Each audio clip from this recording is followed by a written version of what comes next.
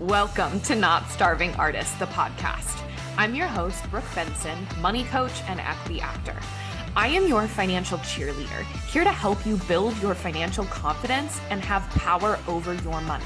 The best part, no budgeting or bi-weekly paychecks required.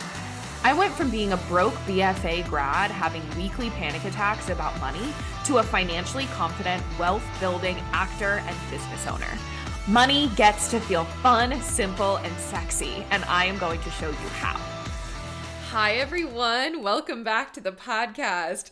Today, we are talking about not spreadsheeting your life away. Whether you are someone who loves spreadsheets and it makes you like all tingly and excited, right? Whether you're that type of person or whether you're the type of person who like hears the word Excel and it makes you gag, both types of people need to learn how to not spreadsheet your life away. So when I talk about these two specific people, the person who loves spreadsheets, I want to pull you more out of your spreadsheets in order to focus on the stuff that you're like projecting into your spreadsheets, right? Spreadsheets are a really easy place for our anxiety to feel like it has some control and can be used as a buffering mechanism. I'm going to talk about my experience with that. And then I also want to talk about the person who like wants to gag when they think about a spreadsheet and like literally their eyes glaze over when you look at, Google Sheets or whatever you're using.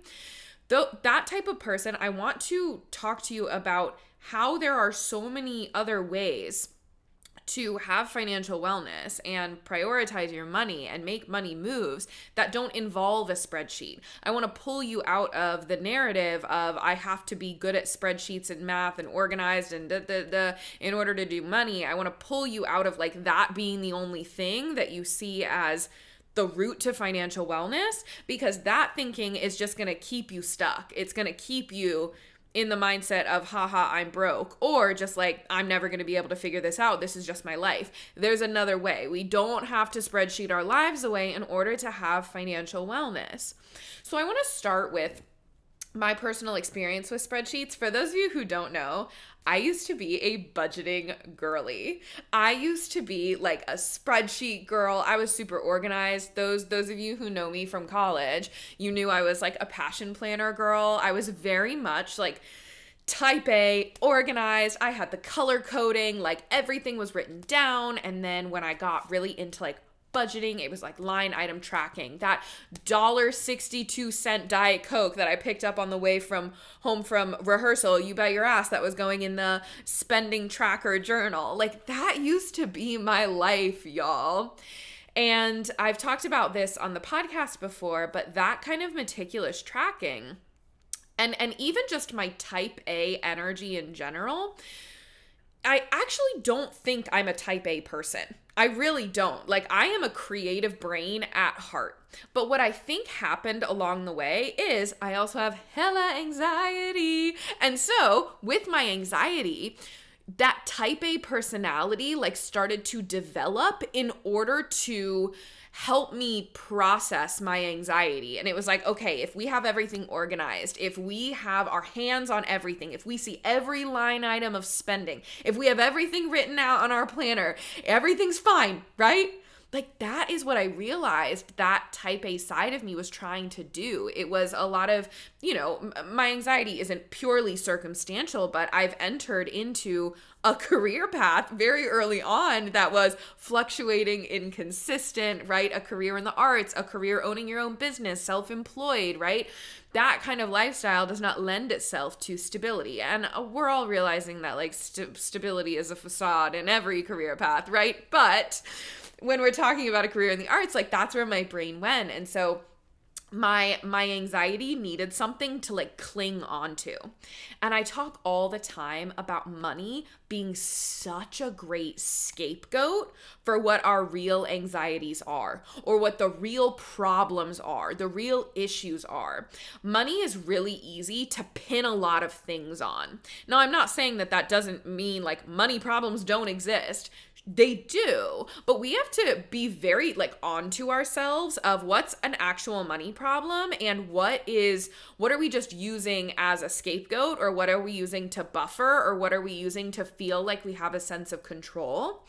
So when I was in this spreadsheet budgeting girl era, what was happening was I thought I was like managing my money anxiety by like making sure I was seeing everything, like everything was perfectly tracked, da da da. But what was happening is that the micromanagement became an obsession, right? I was obsessed with making sure my spreadsheets were up to date and where my dollars were going. And I was so hyper focused on every little dollar. And what that actually did was it fueled my financial anxiety rather than helping me move through it, right? Like my iron grip, right? When I was so tense and had my fingers clenched around everything possible in my spreadsheet, just made everything else feel more tense and more anxiety, right? And so the thing that was trying to help me feel less financial anxiety was actually the thing that was fueling it, okay?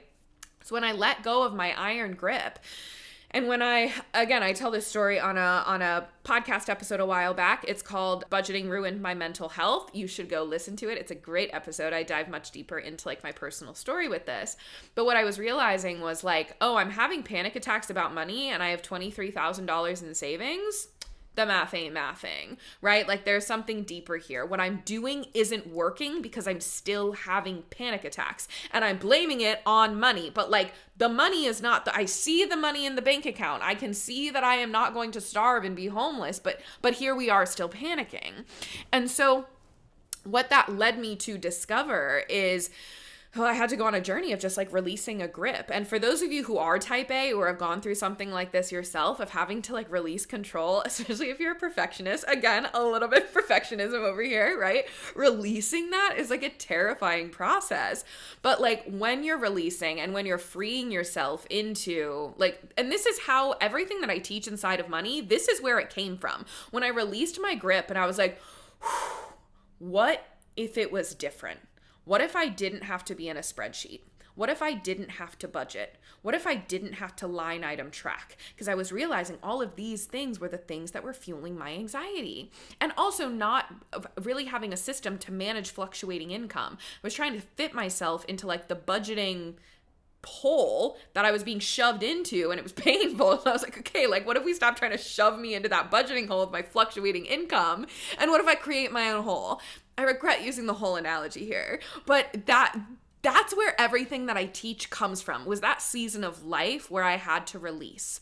And so why I'm telling that story is because I'm not saying that spreadsheets are evil or the devil. I'm not saying that budgeting is going to ruin everyone's mental health, but what I'm saying is that it's really easy for it to tip into that territory. It happened to me, and I've seen it happen to so many other people. And so what does it look like to not spreadsheet your life away? And what does it look like when you have the knowledge that there is another way to achieve financial wellness that doesn't require that of you, right? If you truly are someone who has like never touched a spreadsheet because you can't, there's another way. So let's talk about what the other way is. I've created something called the money flow method. Those of you who have been around a while, you have heard me talk about this. The money flow method is an anti-budgeting cash flow system. It automates your money management and allows you to spend without guilt and hit your savings goals. So this is a series of bank accounts that are crafted. It's like a machine that you run your money through. And this works for fluctuating income. That's so key because so much of the financial anxiety that I experienced and that I hear from so many of you is just the confusion of how do I manage it when it fluctuates? Because I can't percentage it out like I could a biweekly paycheck. And when it is inconsistent, like how do I still pay myself the same? Or how do I still live the same lifestyle rather than going from like lavish lifestyle to ramen budget, right? This machine is built for fluctuating income. Also, for my 9-to-5 hotties, you can still run your biweekly paychecks through this. The thing I say is like a rectangle can't be a square, but a square can be a rectangle. Wait, let me make sure I said that right. A rectangle can't be a square, but a square can be a square and a rectangle. Oh my God, that's embarrassing if that's wrong. No, but that's right. So it's like the money flow method works for both fluctuating income and biweekly paychecks, but budgeting and percentaging out your paycheck only really works for biweekly paychecks. It doesn't transfer over to fluctuating income. So I just wanted to give that caveat for those of you who do have consistent income. The money flow method can bring you into, can run your money as well. So this is a machine that your money runs through, and it's automated. And what it does is it splits up your two different types of spending, which is your flex spending and your firm spending. Your firm spending is your bills, your rent, your auto pays, and those are in a totally different checking account that you fill up at the beginning of the month, so you don't have to worry about something getting pulled from your account that you forgot about, or doing the mental math of like, can I buy this thing because I know my rent check is hitting soon? You don't have to worry about that. It's separated. And then you have another checking account for your flex spending. That's your playground spending. That's your groceries, your food, your entertainment, your whatever. And throughout the month, you just get to play with that spending. So that's how you can still hit your money goals without having spending guilt and spending freely. Because yes, you are putting an amount into that checking account that you want to spend throughout the month, but you're not like categorizing it out. Like you don't have an amount that you're allowed to spend on eating out and like, oh no, if you went over, like that's not how this works. So you can just spend freely inside of that account throughout the month. And then you also have automatic payments going to your savings account, going to your debt payoff, going to your retirement. Like you can build all of that out in the money flow method. So what would be in a complicated spreadsheet, like if you've downloaded a budgeting template before in a spreadsheet, or you've tried to like do your own math and calculate all the categories and what you would need to, it's taking all of that and it's actually putting it into your bank account. Because I'm sure so many of you have experienced this, where you do something inside of a spreadsheet and then it doesn't translate to what's happening in your bank account. You're like, but that math, that means I should have X amount in the bank account. It's not there. Or you like line out this perfect budget that's like extremely particular down to the penny. And then in actual implementation, as you're going through the month and spending, like you're not looking at your spreadsheet every day, right? Or if you are, right, we've tipped into obsessive territory of like, oh no, I went $1 over in my entertainment fund and now I feel like shit because I didn't stick to the budget. Insert the fuck it blackout spiral, right? So it's taking whatever you're doing in a spreadsheet, which the whole goal of doing things in a spreadsheet is so you can hit your money goals, right? Or have money left over at the end of the month.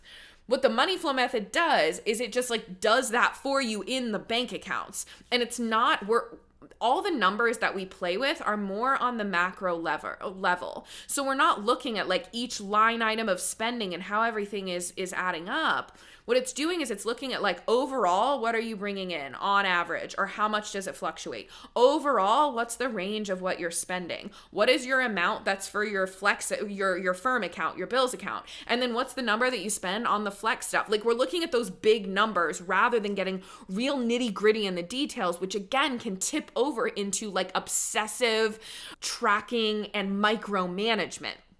So you're not going to have to comb through line items in your bank account and like categorize them in your budgeting spreadsheet with this. Instead, all you're going to have to do is just throughout the month, once a week throughout the month, you just check in on your bank account, look at your flex spending account, see how much you've got in the account, and then you automatically know how much you have to play with, how much you have to spend. You won't have to be thinking, can I afford this? Because your bank account will tell you. Your numbers are going to tell you what you have available to you without having to do mental math, without having to double check on a spreadsheet.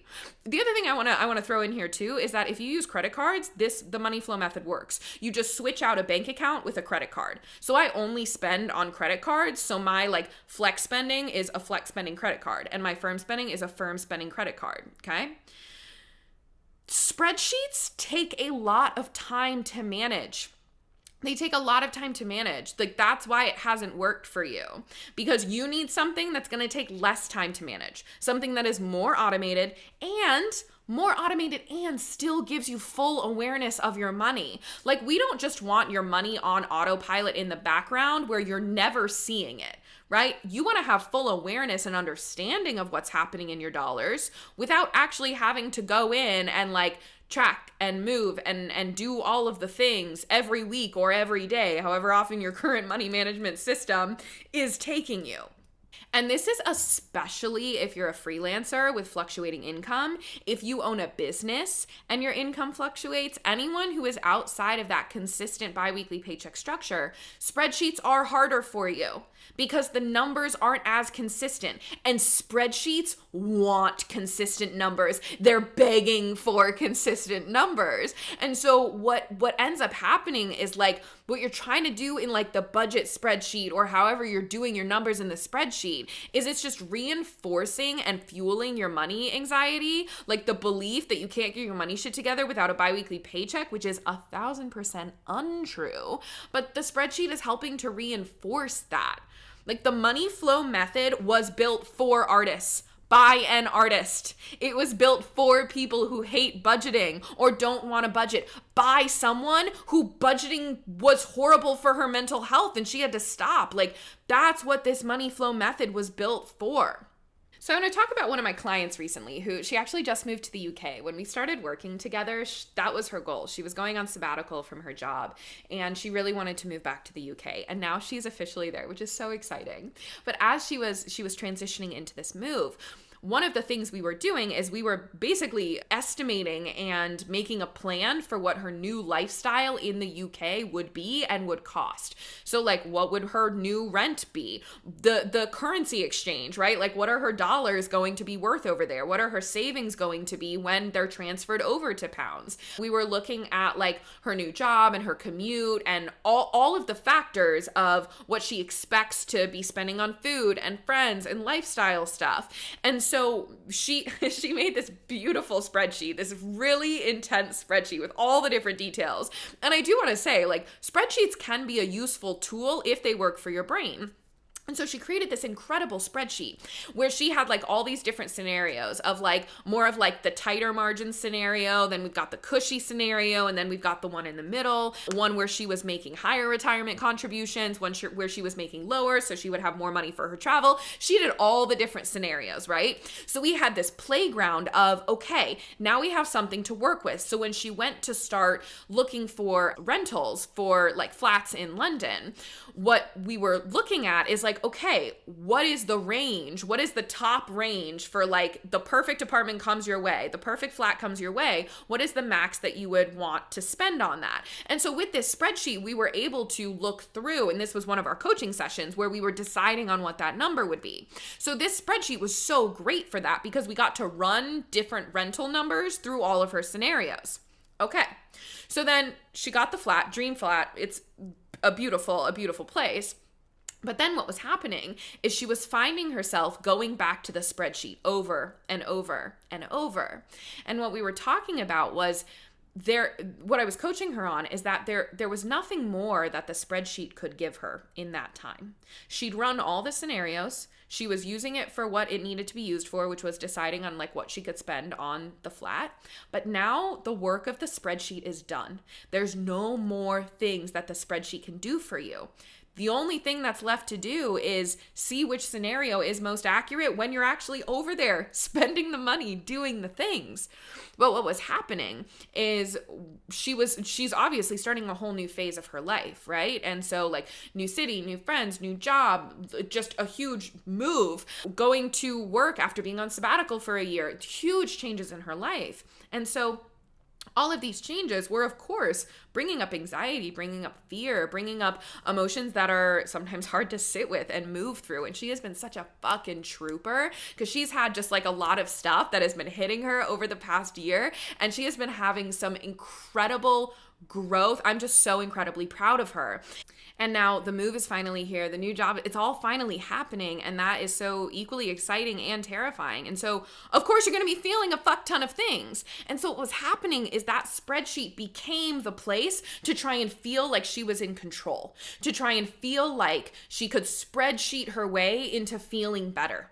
And that is just not what a spreadsheet is there to do. right? And so we had to pull her out of the spreadsheet to figure out like what was she really trying to have control over, or what was she really trying to feel? What was she trying to solve with the spreadsheet that needed to be solved elsewhere, right? Like through nervous system work, through thoughts that were going on in her head, through like other tactical things that needed to happen or be worked through that felt harder than the spreadsheet, right? There were other things there, but we had to pull her out of the spreadsheet in order to figure out what those things were. So I'm talking to my people who love the spreadsheets, who love the numbers, who check in their bank accounts once a day, multiple times a day. I want you to try, if you pull yourself out of those things, what comes up? Like, what are you hoping to get from looking at the bank accounts all the time or looking at the numbers all the time? Where's the fear actually coming from? What are you trying to solve for?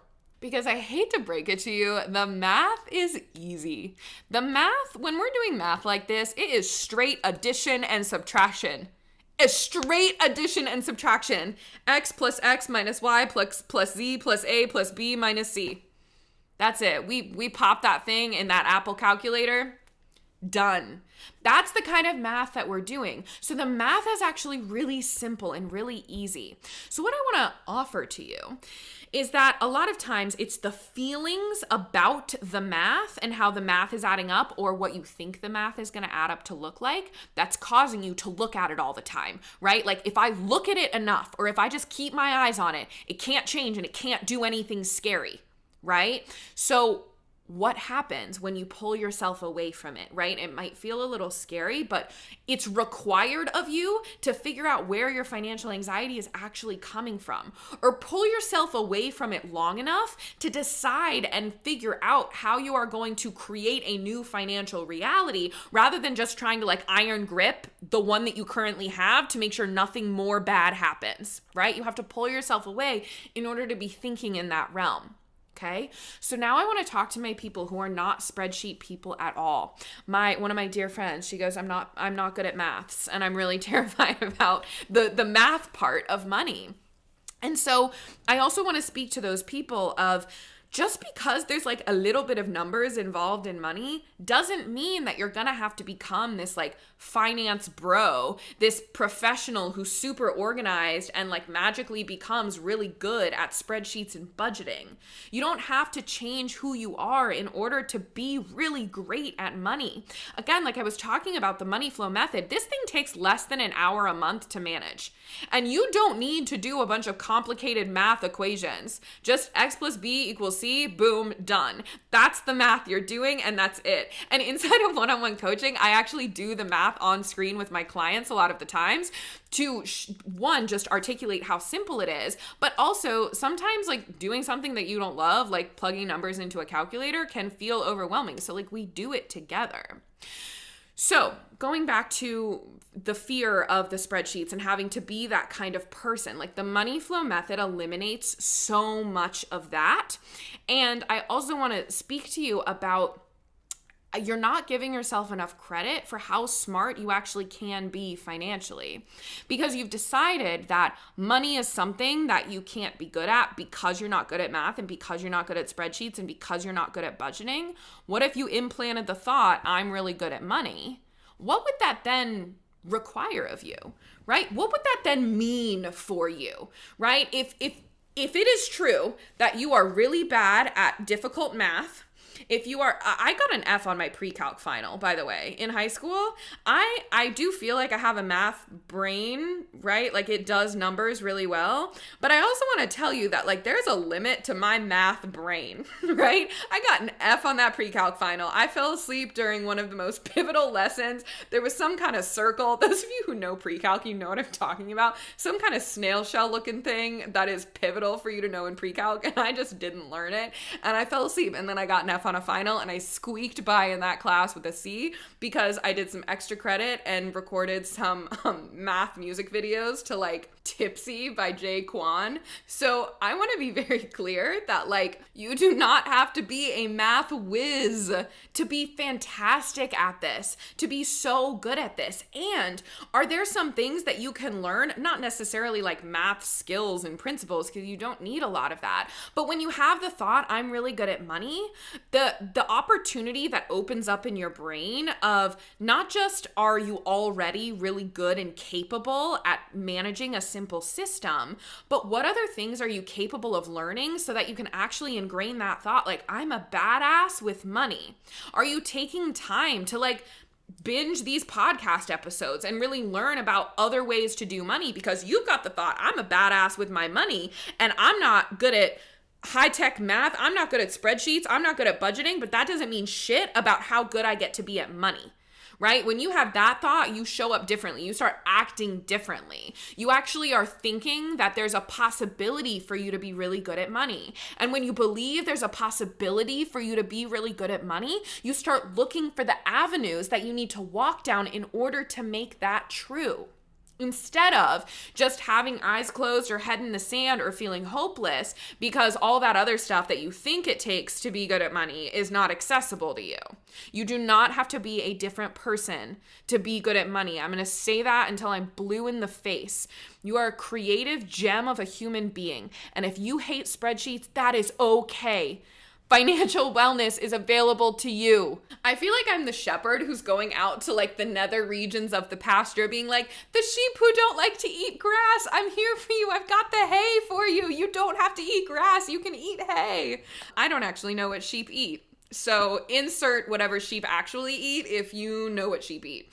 I will say that till I'm blue in the face because I want you to fully believe that you are worthy enough and capable enough exactly as you are, that your creative brain is a gift or that your neurodivergent brain is a gift. Whatever kind of brain you have, whatever personality you have that is beautiful and that is uniquely you, that is not the enemy here. Right? You do not have to be at war with who you are in order to have money support you. You don't. So let's just have the thought, I can be fantastic at money and I don't have to change who I am. And then let's see what comes of that. Again, the money flow method is meant to be so simple and like take less than an hour a month because I want you to focus so much more of your time on the shit you were put on this earth to do. Most of you, your purpose on this earth is not to teach people about money, is not to be a finance bro, is not to be the money whiz. That's beautiful and incredible. So let's not spend hours and hours a week managing your money. Get out of here. 1 hour a month and then go shine your light in the world. Get out of your spreadsheet and go make art. That is what we are doing here. Whew, I just got real heated.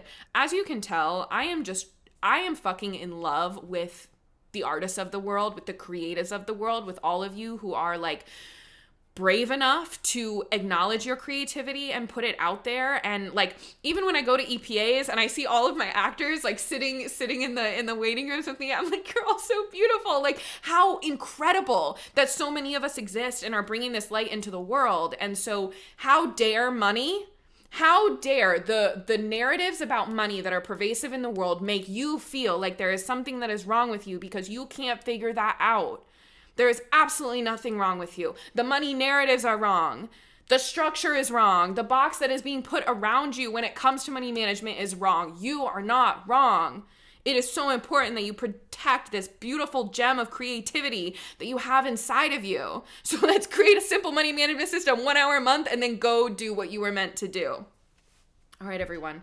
I hope you have a fantastic week. Oh, and it's April. Happy April. Y'all know this is my birthday month and it's Aries season. No wonder I got so passionate on the podcast today. I love April. I love my birthday. I love Aries season. This is one of my favorite months. It's also Financial Literacy Month. I mean, hello. How divine and beautiful is that? So April's gonna be a great fucking month. And I hope you all have a wonderful start to your month. And I will see you next week. Thanks so much for tuning in. Come join me on Instagram for more on how to build a simple, sexy relationship with your money. My Instagram handle is @NotStarvingArtists. And if you want to dive deeper with me, head to the show notes to learn more about one-on-one coaching. If you love this episode, subscribe, leave a review, and share it with a friend that you want to get rich with.